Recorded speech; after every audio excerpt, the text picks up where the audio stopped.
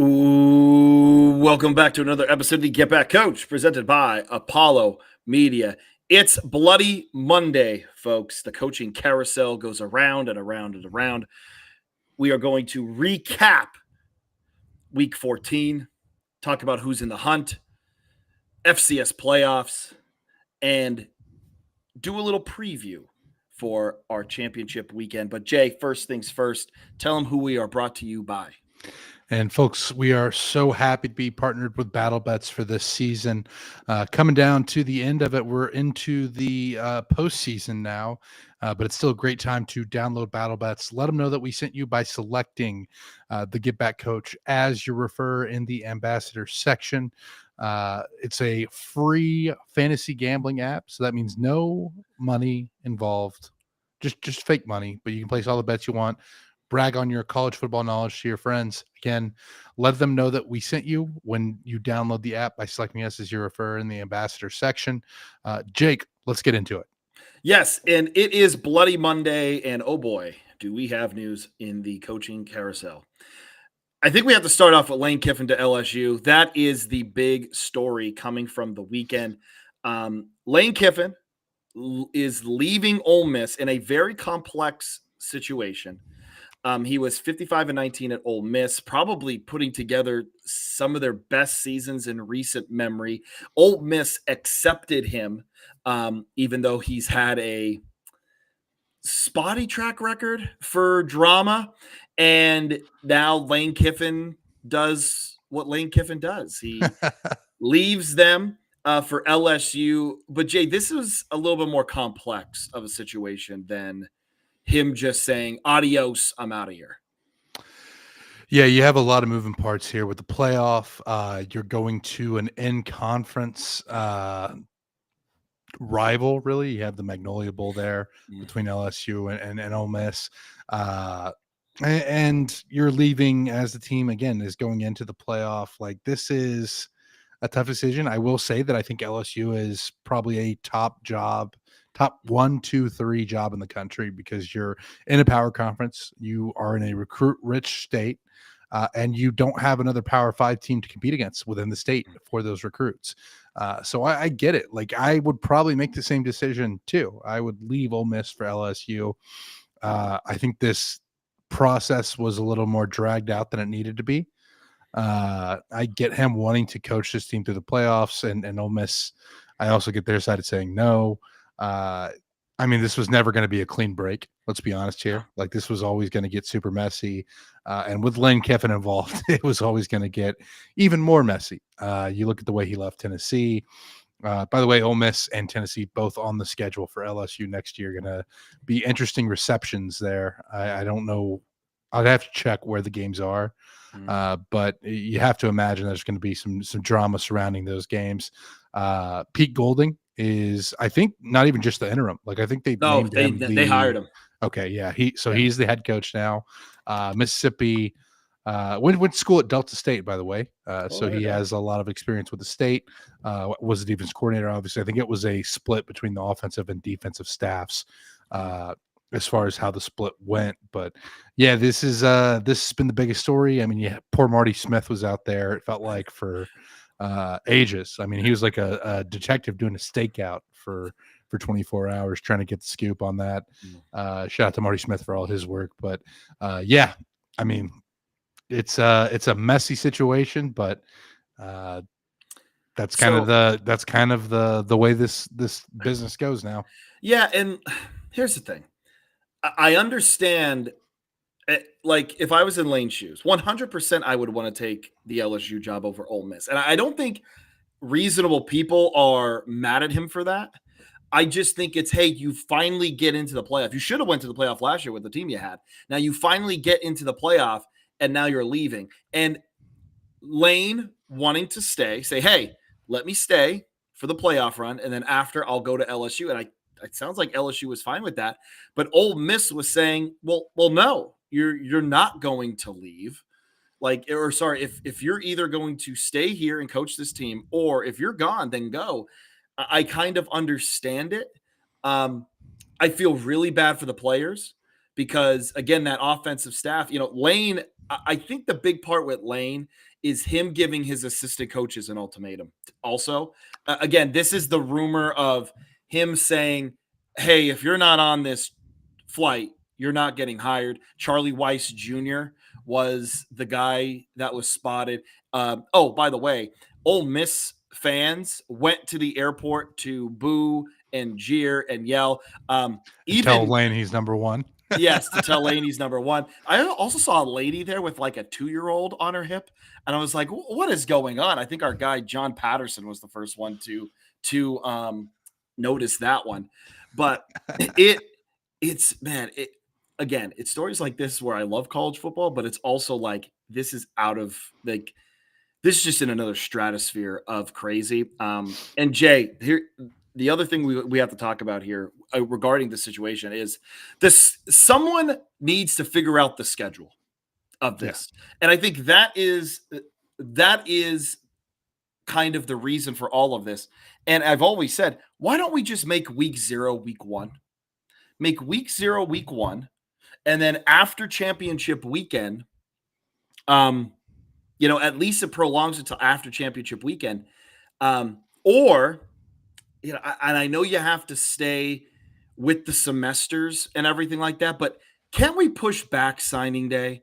Can't we push everything back until like, I don't know how far we can actually push it back to. Can we push it back to Christmas or New Year's Day? Is that possible? No, just because of the way the schools are wired, I don't think that'll ever happen. And I mean, in our day, like signing day, there was one signing day. It was February. That's when Mhm. everybody signed. Nowadays, I just think you have so many kids that are going to enroll at the semester instead of waiting until summer and going through Mhm. that. Like, I think there's so many early enrollees. There's everything with the transfer portal, which I think should be one window after spring ball, personally. Mhm. But you know, I think the toothpaste ain't going back in the tube on that one. So we're kind of in the situation that we're in. Would be nice to have the calendar a little bit more sorted, but until that happens, and it probably won't ever happen, we're going to keep having scenarios like this with the college coaches. Yeah. I mean, there has to be some way where all this can happen after the season or before the Final Four. Yeah, Like if it's right before the Final Four, or like, hey, okay, then I think it would just be better. I don't know if again, I don't think we can do that with everything going on, with how everything is set up. Uh, Smarter people than us, Jay, should be able to figure this out. And I think one, you move up the season 1 week early, and two, find some way to have signing day and find some way for the transfer portal will and everything before classes resume. yeah, and we'll see what happens with it, but it's been a mess. So, Uh, last thing before we get into our next one, whose fault is it more for the fiasco? We set it out as a poll, Jay. Lane or Ole Miss? in my opinion, it's Lane, Yeah, right? Like yeah, I think, if we're assigning blame beyond just the system, like it's Lane. you still you have a team, you build up a roster, you're going to the playoff, and you have a chance to compete. Like, I think this team's good enough to make a Mhm. run. I don't know if they're going to win the whole thing, but I think the roster was good enough to make a run. And you leave, Yep. and again, like, I don't blame anybody for taking that LSU job, Nope. because I think it is going to be one of the best jobs in the country, no matter what. Mhm. You're always going to recruit well there. You're always going to have so much talent coming in. But yeah, just the theatrics around it, like, and maybe it was him having a difficult time with the decision. Like, maybe Mhm. that's the case. But the thing is, you're Lane Kiffin. You don't get the benefit of the doubt. No, no, no. I said it's him with the theatrics and the drama. I was like, this is like if you marry a serial cheater and you're like, hey, everything's good and happy and so wonderful, and like after a couple years of marriage, you find them in bed with someone else, and now it's like, well, and it's like the most toxic, unhinged divorce possible, and it's like, well, you kind of knew going in. Yeah, it You was. kind of knew going in. I can fix him. I can Yeah, I fix can him. fix him. Oh, and he's our guy, and it's great. And I don't, man, it's. Oh, Lane. Villain. Talk about a villain arc. Hey, he's a great heel. He Always is a will be. great heel, and LSU is now, I think, turned into public enemy number one in everyone's eyes. All right, let's move on. You ready Yep. to move on, Jay? Let's Let's go move on to the on. next. Let's go on to the next one. John Sumrall is going to be your new Florida coach. He is leaving Tulane. Tulane is allowing him to finish the season, by the way. Yep. Not the only coach on this list that we're going to talk about that is being allowed to finish the season. Well, I guess we've already talked about Eric Morris, so never mind. But John Summerall, I mean, 42-11 at Tulane, and Troy has done a great job at both places. I mean, it feels like a great hire for the Gators. They just kind of need some stability there. You know, I think some people are questioning going back to the Sun Belt after you just had Billy Napier. But John Summerall is a very different kind of guy. He has that defensive coordinator experience. And again, like, I think this is the way you want to hire now. Get you a guy that has a defensive background, but who is willing to bring in good young offensive minds, let them do their thing. And I think Summerall's going to fit that to a T in Gainesville. Yeah.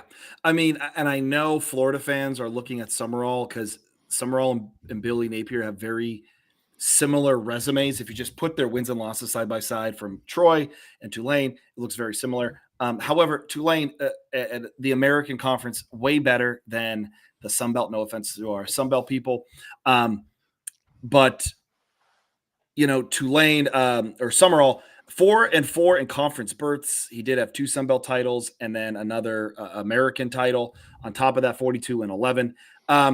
Listen, we've always said we like John Summerall. Let's see how it works. Again, with the group of 5 coaches, I think it's a bit of a crapshoot, but you're getting a good coach. Yeah. Okay, you're getting a good coach, and I do like this. I do like this hire. Yeah. Sticking with the SEC, Alex Golish to Auburn. He was 23-15 at South Florida.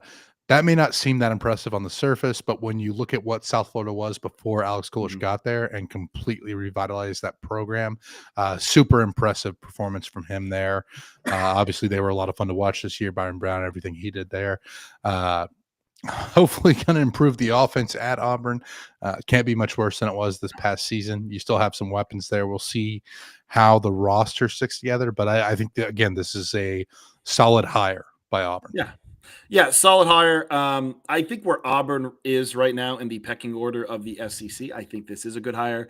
I like this hire a lot better than the Hugh Freeze one. I think we both do. And again, Golish has a bit of an edge to him, and I think that's good for Auburn. And again, what he did at USF, I know it's, you look at the record and you're like, yeah, is it that good? USF was in a rough spot, and they built, and then this year they were one of the best teams in the American. So, and already beat Florida. So, yeah. I mean, it's, I do like it, and I do think Auburn can get back to going 8-4, 9-3, and then hopefully take that next step. But I think they can get back to that national relevance with Alex Golish. Yeah, and I think Alex Kirshner of Split Zone Duo had this, but he's like, Alex Golish is a relatively, compared to other college football coaches, and certainly the ones that Auburn has hired, a relatively normal guy. Yeah. Right. Like, yeah. You know, you have Hugh Freeze and Brian Harsin in there who had their own quirks about them. Alex Golish, I think, just wants to coach football, and I think that'll be good for the program. It will. Next up, Ryan Silverfield to Arkansas, and Razorbacks fans are not happy. They were protesting. I think this is a peculiar hire in a peculiar situation. We've liked Ryan Silverfield. Okay. We thought he did a good job at Memphis. The problem that I have with Silverfield is that Memphis this year kind of fell apart, and other years I feel like they should have been better than what their record was. So that's why I'm a little skeptical. However, you have a little bit better resources at Arkansas, but you don't have the best ones in the SEC. Arkansas is a tough job. So I don't know how this one is going to pan out. I'm not saying this is definitely not a home run hire. I think it's an okay hire that has potential. Yeah, the reason that the Razorback fans are so concerned about this one is you look at Memphis and the way they spent in the American compared to some of the other programs, Mhm. and Memphis was probably the top spender in the Yeah. American. And they were always at the top of the conference. Like Ryan Silverfield did not have bad years there coaching the Tigers. But at the same time, they never really lived up to the expectation of the Mhm. biggest spender in the conference. Right. And now you're going to a place where Arkansas has money, but they, I think, in my opinion, are more concerned with winning basketball and baseball titles at this stage than they are with Mhm. football. And they've kind of realized like what the uh, difficulty of spending money and converting that to football success is, Mhm. and they see how good they are on the baseball diamond, right? Like Van Horn and like that squad has been incredible for a long time now. You look at the basketball squad, obviously hiring Calipari. Mhm. Uh, I think Memphis, Memphis has a history as a basketball school, but I think the investment into the football program is a larger percentage of the Mhm. athletic budget than it will be at Arkansas. Yeah. So we'll see how that goes. Again, I think Ryan Silverfield is a good coach. I also didn't think Arkansas had a ton of options here. Mhm. Uh, so we'll see how it plays out. I'm kind of taking a wait and see approach with this one. I think Golish and Summerall were the better group of 5 to SEC hires. Mhm. But I do think Silverfield is not just a complete mess. No. Of course, we'll see how it plays out because we always know how it goes, right? Like Yeah. you never know how this is going to happen, how it's going to shake out after these guys get there. Every home run hire that we've predicted has ended up being just Yeah. tanking. Everyone that we were like kind of skeptical of ends up working out, except for I think like Trent Dilfer, who we were out Yeah. on from the We start. were out on him from the start, but then we were like Billy Napier. Yes, like this Yeah. is huge for Scott Florida. Frost, like when Scott Frost first went to Nebraska, I was like, "God, Mhm. that makes so much sense." Home That run makes hire. sense. Luke Fickle at Wisconsin, like Yeah. it is so hard to predict how these things are going to go. Yeah. I think there's so much more. And that's why I hate when people say, well, they're just not a good coach. Like, no, like these guys know more about football than, like, they've forgotten more about football than I will never know, than more than Yeah. the average person knows. Um, and Jay, I know you're very knowledgeable. I feel like I have a good grasp of the game as well. But, sometimes things just don't work out, and this is top tier um, football on our hands, so a lot of things need to happen, to be successful.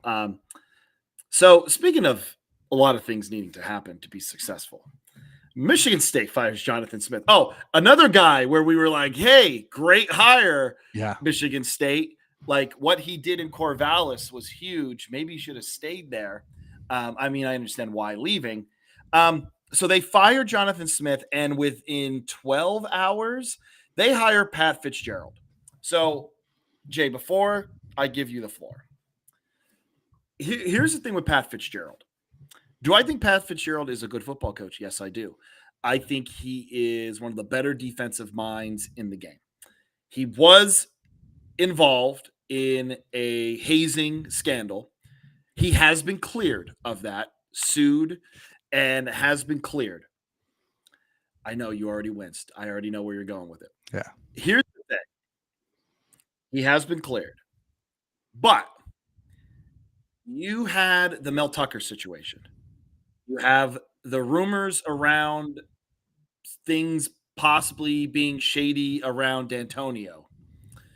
You know, you have the Nasser, dude. you Like have the Nasser thing. I if it was anywhere else, I would be like, you know what? Give him a shot. But you had all of those things happening. Okay. Um, I thought if he was a defensive coordinator somewhere first, fine. He's not the leader of your program. Let him get back some goodwill and then go. Now, I'm going to talk about football for a second, Jay, before I give it to you. What he did at Northwestern is impressive. Here's the thing. Look at Northwestern's last 2 years. Yes, they 2020 they were, 10th in the country. They was like 7-2. The last 2 years at Northwestern, they were awful. Like they were kind of looking to push him out. And I'm afraid that's the Pat Fitzgerald you're going to get.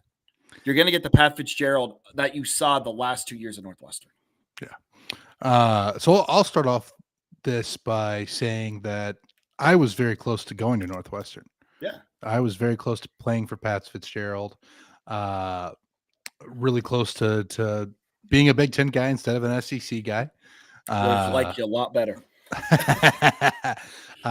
Here's my thing with the hazing scandal and everything that happened.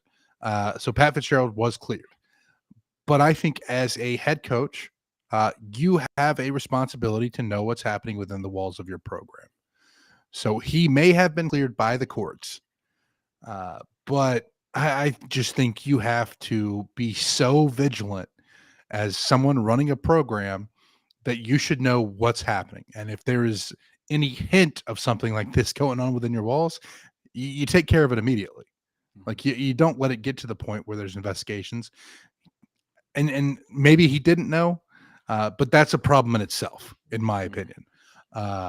As for the football side of things, again, like I think the big appeal, for me at least, having Pat Fitzgerald at Northwestern when he was there, he was a Northwestern guy who was able to sell the culture of Northwestern in such a unique way that made him a perfect fit there. He's not going to sell the Michigan State culture the same way, right? Mm-hmm. Like you can't. That big appeal, you can't. Mm-hmm. And I get what Michigan State's trying to do. You know, you kind of want to get back to just like Midwest all roots, do your thing, but this just feels like a reach here. I don't think this is going to work out very well. And I'm also disappointed given what we've already talked about with Michigan State and the issues that this program in particular, this university in particular, has had, to not have more insight into how this hire would be received. Mm-hmm. Yeah. No, I totally get it. Totally get it. On a lighter note, Bob Chesney, who we've been kind of keeping our eye on, goes to UCLA. I think this is a slam dunk hire. I think this is a home run hire.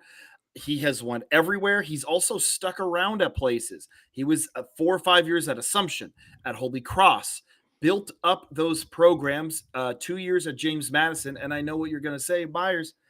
You know, James Madison is one of the top teams in the group of 5. Yeah. But Kurt Cignetti, when he left, took all their good players and he had to rebuild James Madison again. 9 wins. Now we're double-digit wins. I think this is a slam dunk hire. I wish Penn State would have entertained him more. But I think this is a great spot for him. I think he's going to have a long leash so he can build, and I think this fits. I'm a little bit worried about just like where he's from, his recruiting base, where he spent most of his time coaching, obviously on the East Coast and then going out to the West Coast.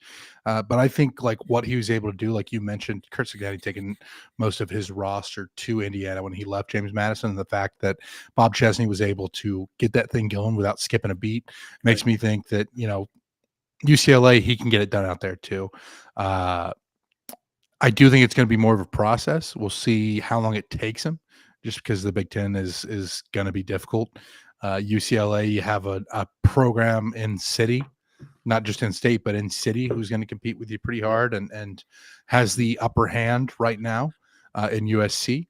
But I'm a big fan of what Bob Chesney has done everywhere he's been.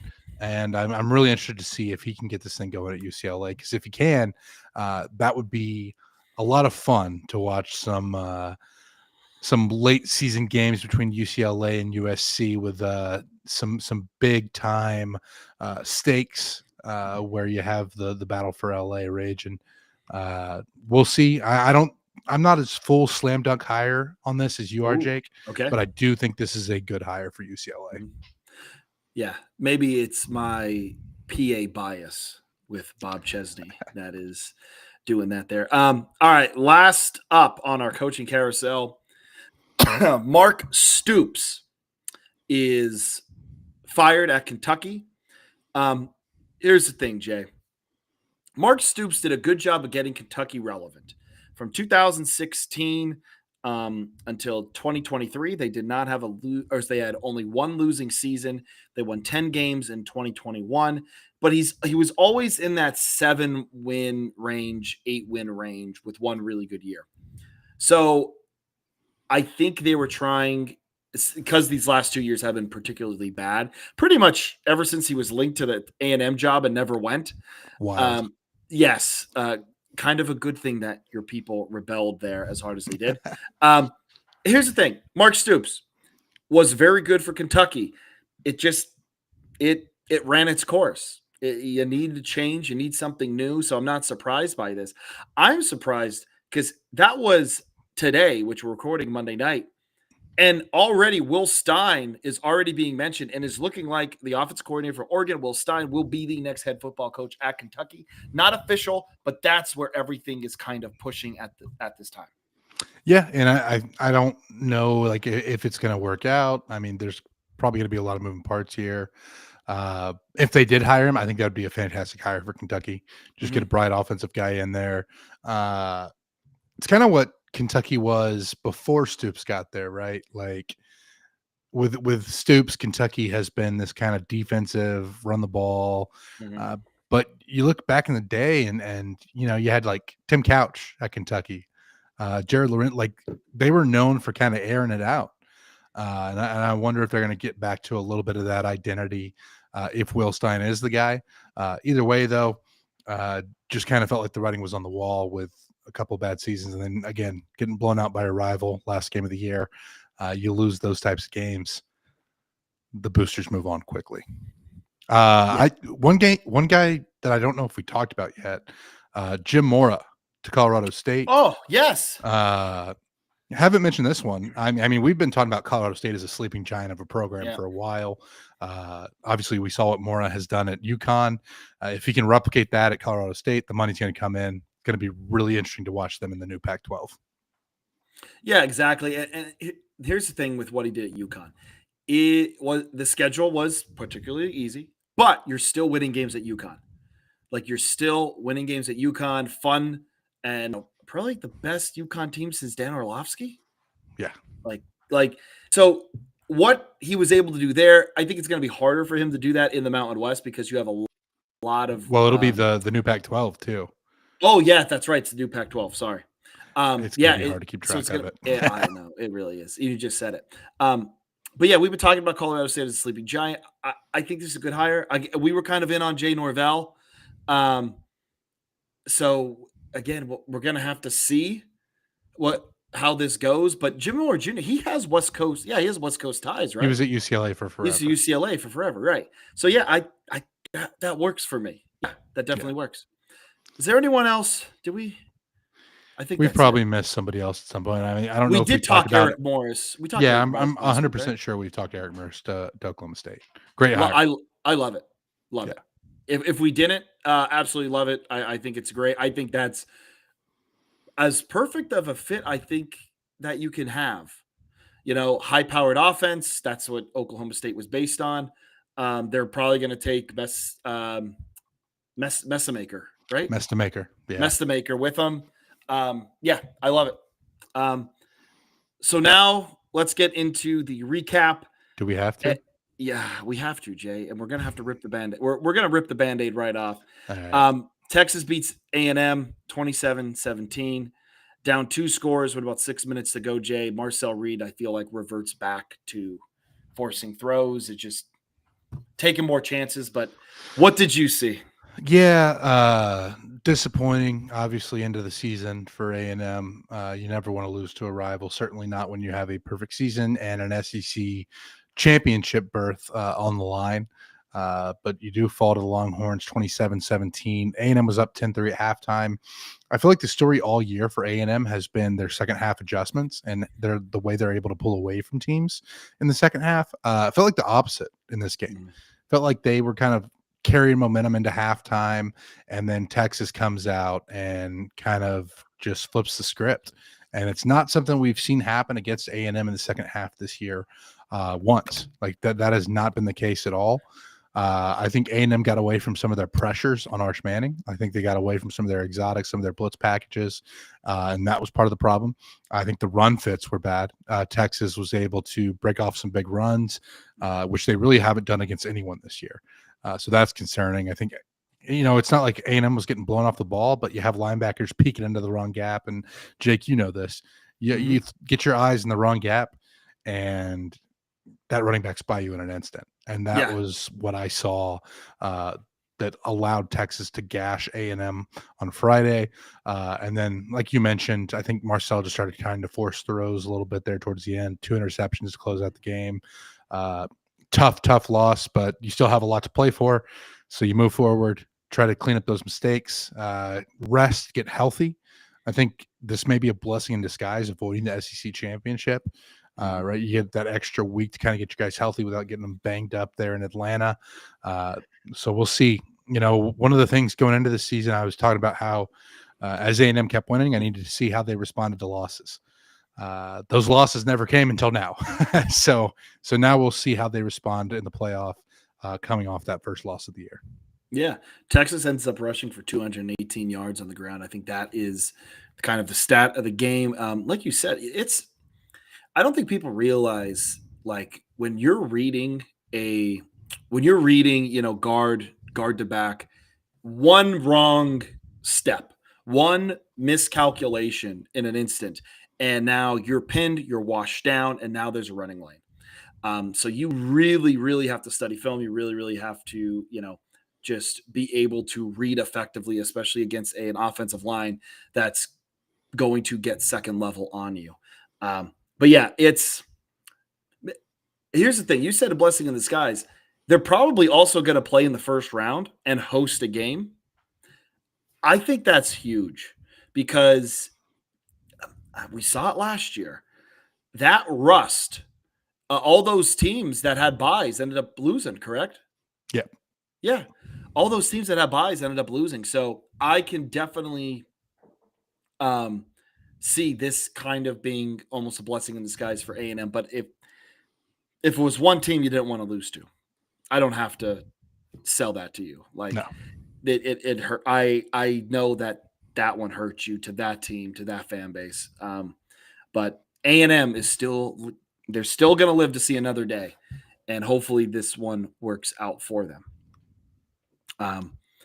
Georgia wins clean, old-fashioned hate, 16-9 against Georgia Tech. Georgia dominates in the trenches, Jay, but I don't want to say they out-physicaled Georgia Tech. Like, Georgia Tech came to play. I just think Georgia just was a better team. King did pass for more yards, over 100 more yards than Gunnar Stockton. I think an early pick deterred that a little bit. But anyway, Georgia wins. But Georgia Tech, very good showing. Again, Georgia wins the trenches, but not out-physicaled. Yeah. That Pitt loss really stings for Georgia Tech now. I don't have too much to add to this game. I think you talked about it. Like, Georgia was better than trenches. Georgia Tech put on a great showing. They showed how physical they are. That's been the hallmark of this team this whole season. Really fun to watch, but Georgia just has too much at the skill positions. Just a little bit of an edge there, and that's kind of the way it goes. Moving on to Saturday. Ohio State finally gets the proverbial monkey off the back with the win over Michigan, 27-9. A little bit of snow in Ann Arbor. Oh, beautiful! Which was I love seeing that. We had a few of those games on Saturday, but I think this is kind of what we've been expecting Ohio State to do for the past few years. Like, Michigan excels running the ball, but Ohio State is just so much better at the skill positions, in my opinion. Finally, Ohio State just kind of takes it over. That defense is so good for the Buckeyes. Just a really fun unit to watch. They play incredible ball. Caleb Downs, one of the best players in the game. Big win for Ohio State, and pretty much ends Michigan's or it does end Michigan's playoff hopes. Yeah. This was an elimination game for Michigan. And listen, they jump out to that start. They have a really good start, and you're kind of thinking, oh, no. Is this going to happen again? But once Ohio State settled in, I feel like they just played Ohio State football. If we're going to outskill you on the outside, we have two great receivers. They kind of got a little bit of a gif. It's the worst rule in football with the touchback. But even like he was cradle. Every time I see a potential touchback, Jay, it's always total fumble out of bounds. That was the first time I can remember a guy going over and not having full control of the ball. You get what I'm saying? Yeah. And I'm going to say it. I'm glad it wasn't overturned. Yeah. I don't think that should be overturned. Like it was not fully out. You get what I'm saying? Yeah. But again, second half adjustments. Wolverines had a difficult time in the second half, and Ohio State just kind of smothered them and wore them down at the end. But Jay, can I talk about Michigan for a second? Go ahead. Because I don't want to sit here and stick up for Ohio State because I really don't like them. I hate everything about them. But Michigan players guarding the M and Ohio State celebrating with their team and Ryan Day pretty much like, yeah, we were never going to plant a flag at the middle of the field or on the M or anything like that, I think is kind of embarrassing for Michigan, if I'm being honest, because it's just like you are worried about planning the flag plant. Ohio State doesn't care to do it. Like they were too cool to like, yeah, we're not going to plant a flag. Like this doesn't mean that to us. Like we're just going to celebrate with our fans. Good job by both coaches, making sure nothing crazy happened at the end. But yeah, I think this is the best rivalry in college football. It's one of them. I know. Alabama, Auburn's up there, but I don't know. I just feel like this. Well, I think Alabama, Tennessee is even better than Alabama, Auburn. Depending on who you talk to. OU, Texas, Red River Shootout, Army, Navy. I mean, we can go to FCS ranks and talk Brawl of the Wild. Oh, that's true. We don't have to rank them. That's the nice thing. That is the nice thing. We can just enjoy them all. But backyard brawl, dude. West Virginia Pitt. Yeah, you want to talk about hate? Yeah. But yeah, this game was finally. This is how the last couple games should have went for Ohio State. I feel like, and they finally, or at least the last one. So yeah, they end up smothering them. Vandy. Yeah. Speaking of Tennessee, right? Yeah. Vanderbilt 45-24. This was the Diego Pavia game. Diego Pavia just lit up the Volunteers.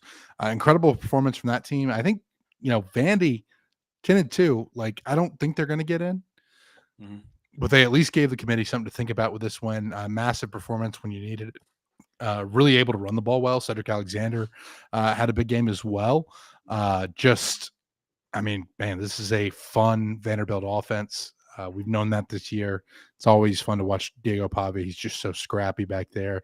Kind of makes some dumb plays sometimes, but he more than makes up for it, especially in this one. Not much more to add. Vanderbilt is a legit good team. Yeah, and they have signed Clark Lea to that extension. So there it is. Commodores keeping him in Nashville. Yeah, I think two things. Vanderbilt's second half, I think, was huge against Tennessee.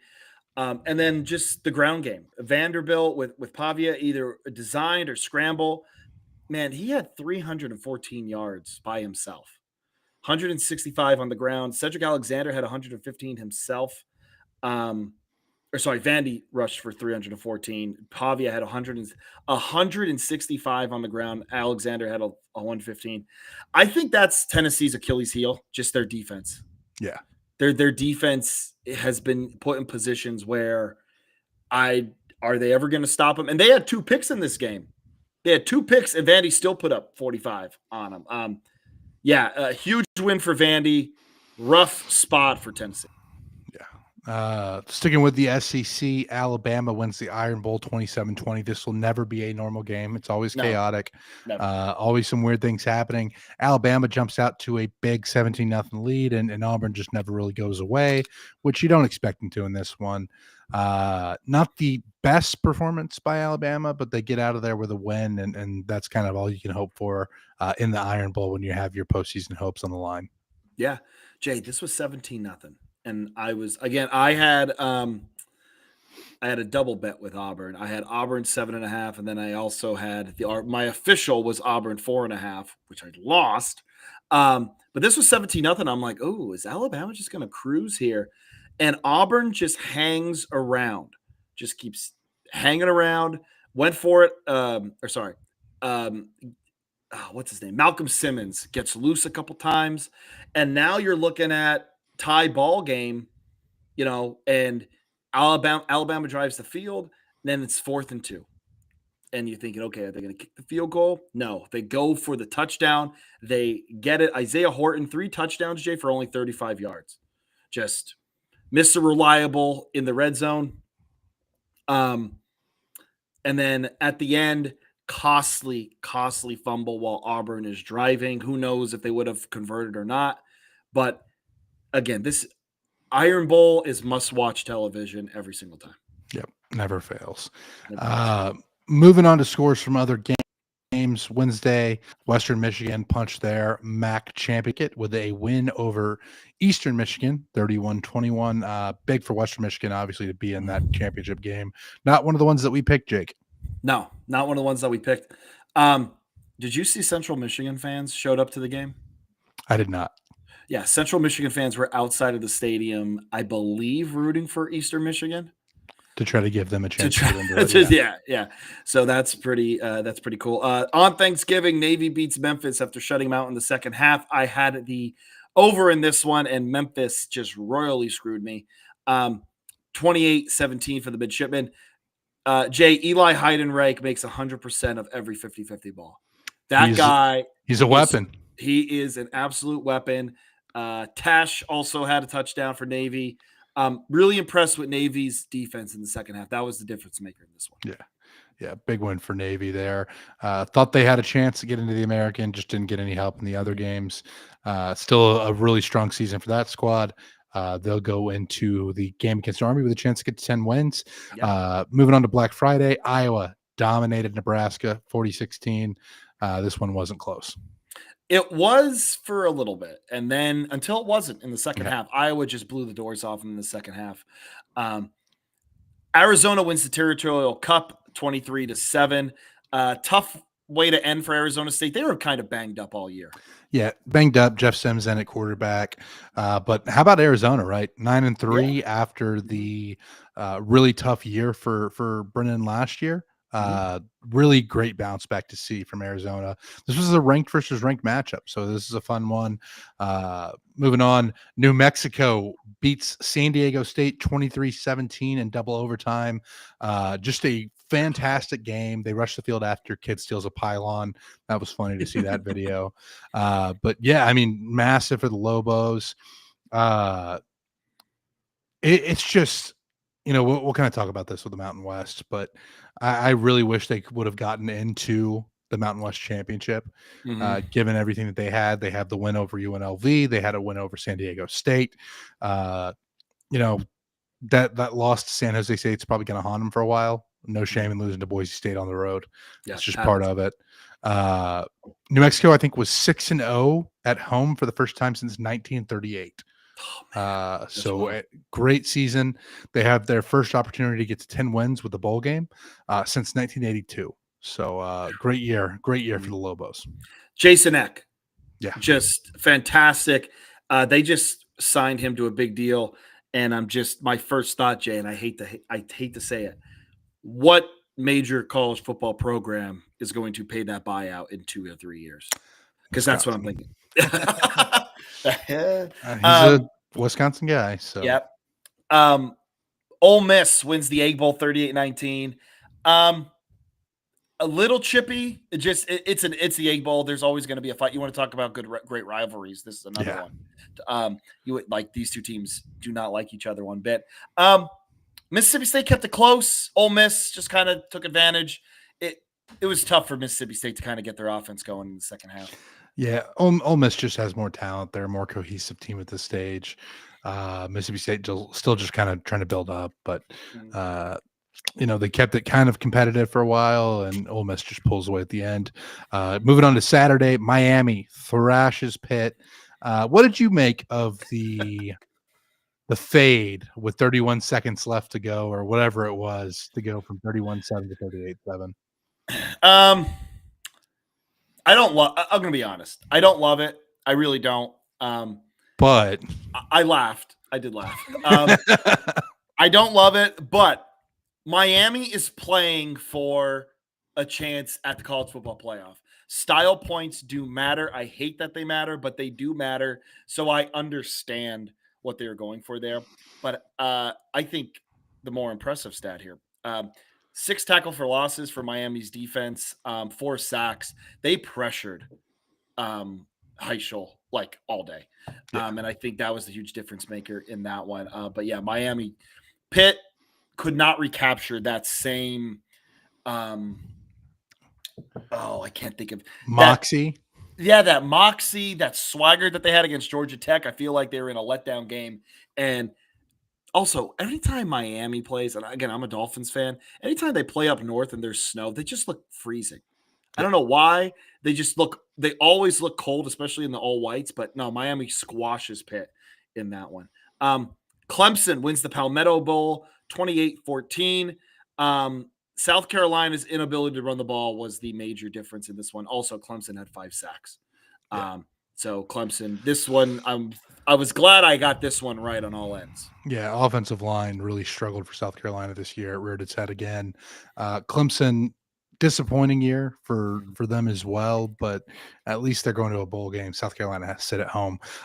Oklahoma narrowly escapes LSU 17-13 in Norman. The offense was a little bit sketchy for the Sooners, but that defense is top tier. Mm-hmm. No surprise to see Oklahoma come through on the defensive side of the ball. That'll be what carries them, I think, into the postseason. Yep. Oregon closes out Washington after a late Husky comeback. It was 26-14. Huskies hung around. Oregon goes up. Huskies try to come back, falls short. I'm surprised Jed Fish isn't getting more of a look. I know they lost, but in the whole coaching carousel thing, like I feel like Jed Fish is a name to keep your eye on the next year or two. Washington has been getting better, but this is a good win for Oregon on the road. Yeah. Always tough to beat a rival on the road, so you take what you can get there. And then the Calgorithm knocks off SMU. SMU is out of the ACC championship, courtesy of this loss. Their playoff hopes are gone, and all of a sudden, Duke 7-5 Duke is in the ACC championship. But man, what a way for Cal to close out the season. Dead cat bounce. It's the good old. We just got our coach fired. We're gonna play great football. It never, Jay. I mean, it does fail sometimes, but I felt like those Cal players, just how Justin Wilcox was there for a while, that they were going to play loose and end up knocking off SMU in Dallas. Correct? I am not sure where this game was. Let me double check that. Maybe not. Was it at home? I don't know. Oh, it's somewhere on one of the coasts, right? It was on any coast. It was at Cal. So it was at Cal. This was in Berkeley. Yeah. Okay, never mind. Okay, Jay, let's talk about who is in the hunt. You already mentioned the ACC. SMU is out. Now we have this weird Vernage a trois, so to speak. Duke, Virginia, and Miami. Duke and Virginia are going to be playing for the ACC championship. However, Miami is probably the favorite to go to the playoff. I believe there's a scenario. If Duke wins the ACC, I don't think they go to the playoff. No, I think that should Duke beat Virginia, Duke would not be in the playoff. If Virginia wins, Virginia's in the playoff. Miami, I think, will be in no matter what. Oh, like I'm going to say Miami's in. Okay. Because you look at some of the other programs kind of floating around there. I just feel like Miami has a better path.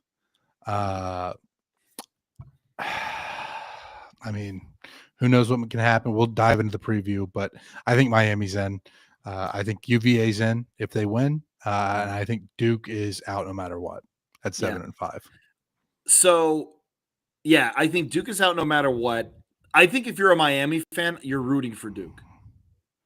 Because if Duke wins, they're not going to go, and that would eliminate Virginia. And then Miami, I think, is a definite in.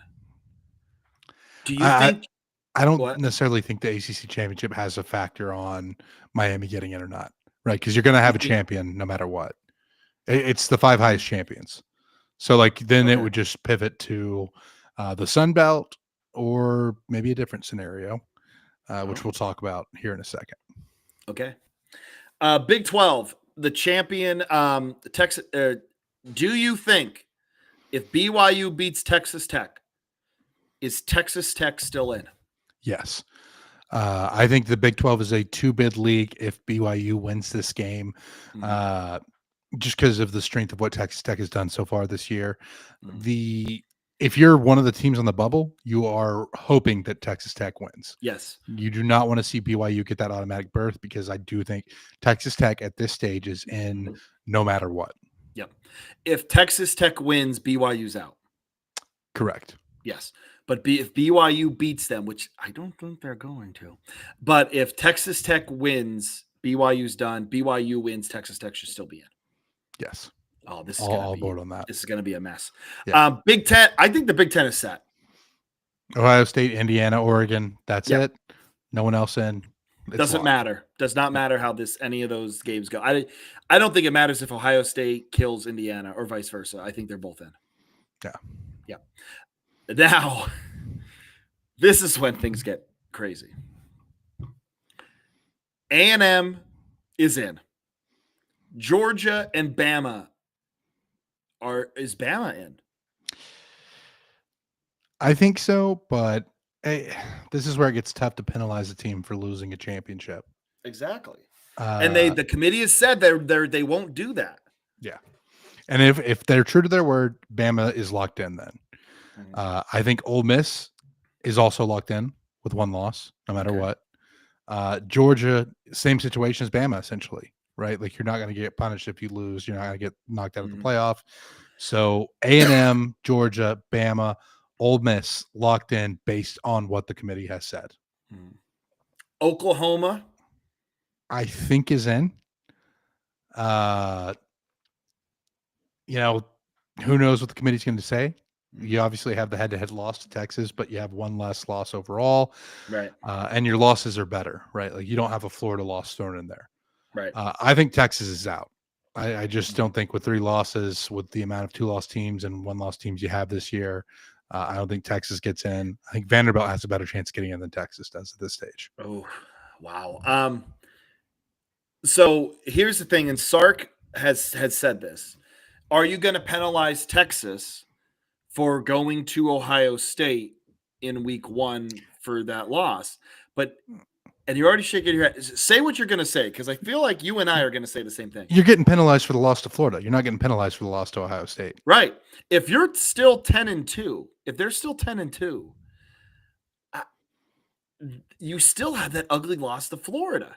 Yeah. And you got kind of handled by Georgia as well. Yeah, you would be fine with just the losses to Georgia and Ohio State, even though you got handled by Georgia. Right. Like, if you lose to Georgia and Ohio State, you are a 2-loss team and you have some great wins and you're in the playoff. Don't lose to Florida. Right. And I recognize there's some bias here on my part. Yeah, I do. But I think that Texas is being penalized more for that Florida loss than the Ohio State or the Georgia loss. Yeah. And again, some coaches, cough, cough, James Franklin, has said in the past, hey, I don't think it's a good idea to be scheduling high-profile non-conference games if you already play 9 conference games. You shouldn't do it. And other coaches have said it, and they're called cowards and frauds and everything. That's kind of where we are right now. You could say you have the moral high ground, but that's kind of the world we live in, because this committee isn't going to care about your strength of schedule. If you're 9-3, that's all they're going to see is 9-3. They're going to keep you out. You get what? And that's a shame because we should want those things. Yeah. We should want high profile. But now that the expanded playoff, that's why I kind of laughed when people said, "Oh, well, we were going to expand the playoff. We're going to see more of these out of conference games." No, you're not. You're going to see less of them because everyone's going to want to have double-digit wins at the end of the year. Yeah. And then you're splitting hairs. But yeah, I hate to say this, but I think Vandy's being Vandy also does not help them. And that's a shame. I agree. That's a shame. So you're thinking Ole Miss is not going to get penalized for the lane situation? If they get penalized, it would be like a drop from wherever they are to still in the playoff. Because you can't keep them out at 11-1. No, you can't. Cannot do it. So 1, 2, 3, 4, 5. Jay, I just want to let you know. Who said in the beginning of the year 5 SEC teams are getting in? I believe that was you. That was the guy. I said. You and Pablo both were like, "Oh, come on, 5." I'm like, "Yes." In 5. fairness, nobody saw A&M going 11-1. So no, I did. Hey. Said they were come up? Who said they were going? You did call them to the playoff though. I said 10-2. I did say 10-2. I can't. All right, and then Notre Dame's in. Notre Dame. This is a team that I think should. Now here comes my bias. They played 2 high-profile games all year. They lost them both. I don't think they should be in. The USC win, I think, is good. It is. The USC win is good. That is a good win. Yes. The Boise State win is decent, not great, not good. But yeah, I mean, it's join a conference, cowards. But the thing is, Jay, they play 2 high-profile games a year. They played a top 5 team in A&M. They lost. Admirable. It was at home, though. Correct. 1 point. And then they went on the road to Miami and lost to Miami. Notre Dame should. It was a 1-score game on the road. I know, but like, who are you putting in over Notre Dame? Are you putting Texas with their 9-3 over? Because I think Notre Dame and Miami should both be in. All right, let's do math here. All right. Miami. So let's just say Virginia and Miami are in. Okay. All right. Let's just say Texas Tech. Texas Tech beats BYU. There's 3. 1, 2, 3. Now we're up to 6 after the Big Ten. Okay. So now we're at 6. So now we have 5 SEC teams. 1, 2, 3, 4, 5. Now we're at 11. And you have to have the American champ as 12. Yes. Yeah. Notre Dame's out. I guess Miami would be the team that would get kicked for Notre Dame. No. Miami goes in. Or, Jay, or if Virginia beats, if you're a Notre Dame fan, you're rooting for Duke. If you're a Notre Dame fan, you're rooting for Duke. See, I don't think that affects the Miami don't think it affects at all. No. Because I think if this is the only scenario I see happening is if Duke beats Virginia, then you have 2 group of 5 teams in as your conference champions. Not just the American. So it would be the American and likely James Madison, but I want to talk to you a little bit about chaos theory here. I think Notre Dame's out. I think Notre Dame is out in this scenario. I don't think they're in. We'll see. We'll see what the committee says. They're going to put them in. They're going to put them in. It's Notre Dame. I would put Miami in based off the head-to-head. They have if I had to pick between those 2, and I think those are the last 2 at large. I would put Notre Dame in, or I would put Miami in over Notre Dame, but I don't think the committee does that. You have to. I just don't think it's going to happen. The games need to matter. Yeah. Speaking of the games mattering, let's go into the group of 5 because I feel like we could argue about this all night. So you have the American is probably guaranteed to be the 5th if chaos doesn't happen with the ACC. So I think, the winner of North Texas Tulane is in no matter what. Yep. There is a chaos scenario again. If Duke beats Virginia, I think James Madison is in as your 5th champ. I think James Madison will be ranked higher than Duke. Mm-hmm. Scenario, Jake. Okay. Duke beats Virginia. James Madison loses in the Sun Belt Championship. I think the Mountain West winner could possibly sneak their way into this game, either Boise State or UNLV being ranked higher than Duke. Either of them?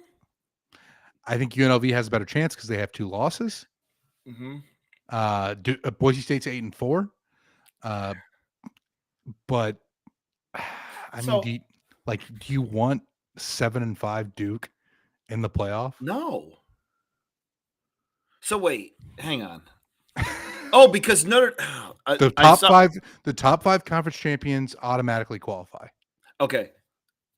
I know this is going to be hard for me. Big 12, Big 10, SEC.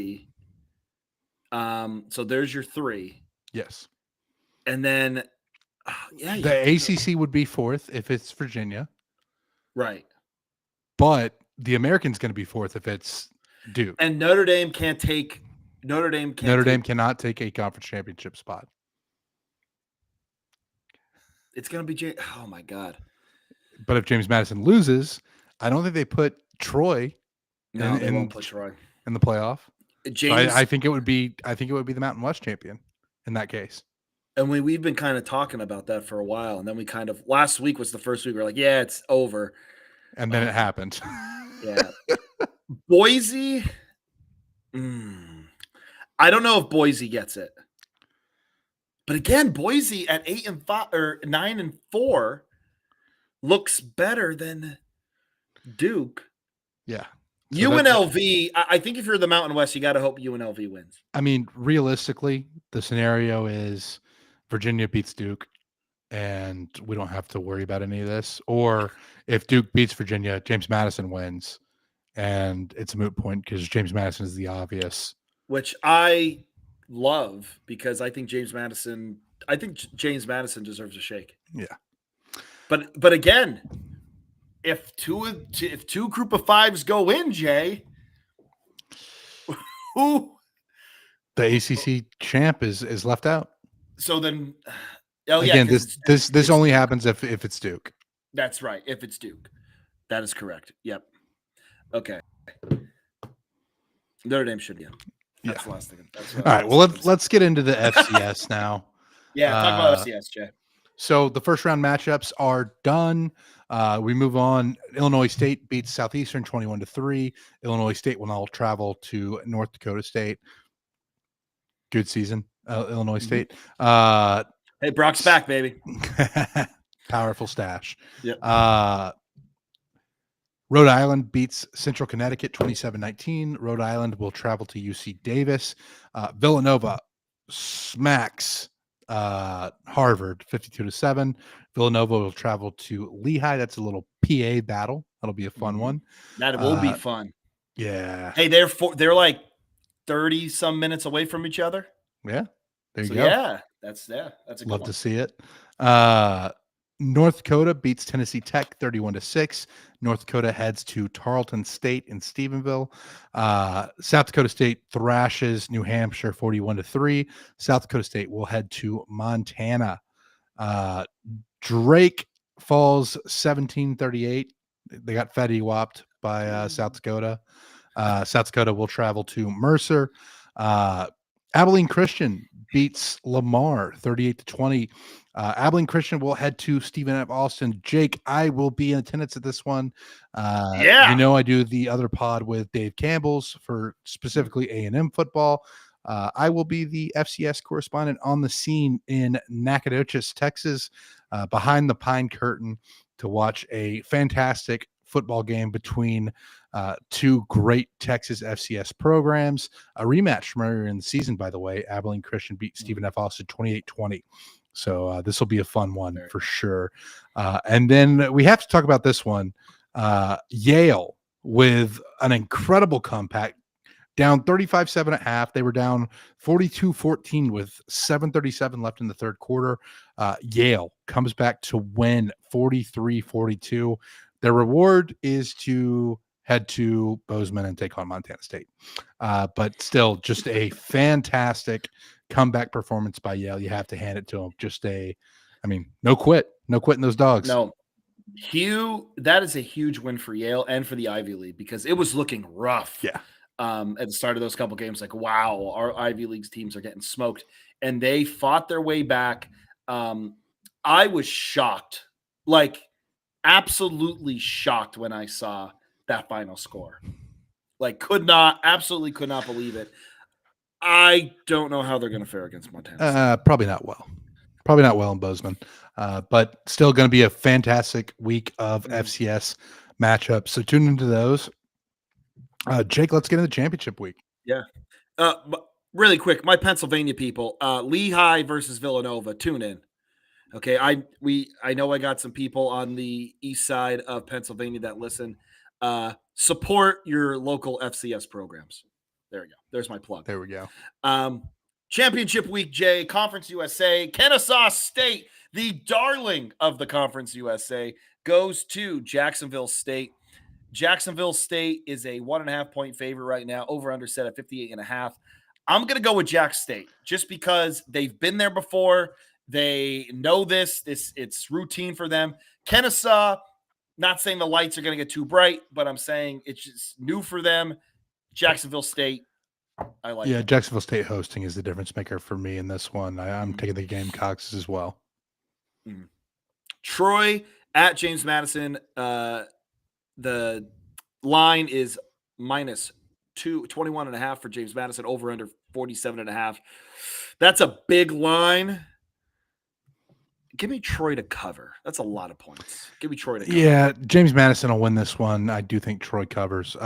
Great turnaround, by the way, for Gerard Parker. I kind of had written him off after last year for Troy to get to the Sun Belt Championship game. Great performance there. But I'm taking James Madison to win outright. And I think the Dukes have a shot at getting into the playoff. We'll see. Yep. North Texas at Tulane. This, I think, is the game, probably the game of Friday night. You have two programs here that are, North Texas kind of came out of nowhere with Eric Morris. Tulane has been, kind of the FBS team to beat over the last couple of years or close to it. I like North Texas here. I'm going to go North Texas minus 2.5. Or I think I'm going to hit that also with over 66. Yeah, give me the Mean Green. Yeah, I like the Mean Green as well. Sorry, John Summerall, but we're going Eric Morris today. Which Eric Morris is coaching still, correct? They are both coaching through the season, through the playoff if they make it. Good. And then UNLV at Boise State. Boise State is a 3.5 point favorite. What? Boise State at 8 wins is the 3.5 point favorite. New Mexico gets kind of the short end of the stick there. I want to talk about that for a second because we didn't talk about what happened here specifically. So New Mexico beat San Diego State to close out the season. San Diego State had one loss at the time, one conference loss at the time, and New Mexico pulls it off.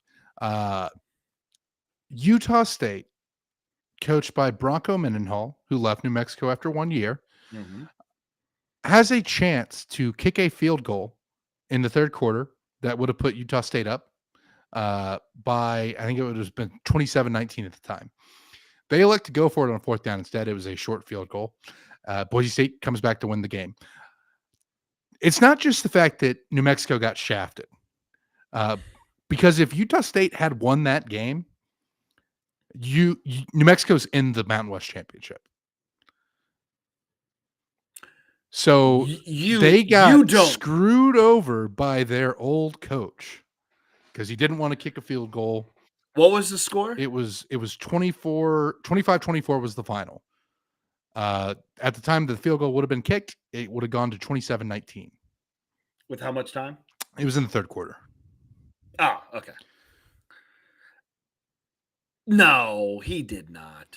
Well, I mean, He didn't do it on did, but, purpose. like, No, I'm not he saying didn't do that. it on purpose. But it pisses me off for New Mexico that happened. Yeah. It's like, God. Oh, I thought this was like fourth quarter stuff. No. Like, that would have been. You want to talk about drama?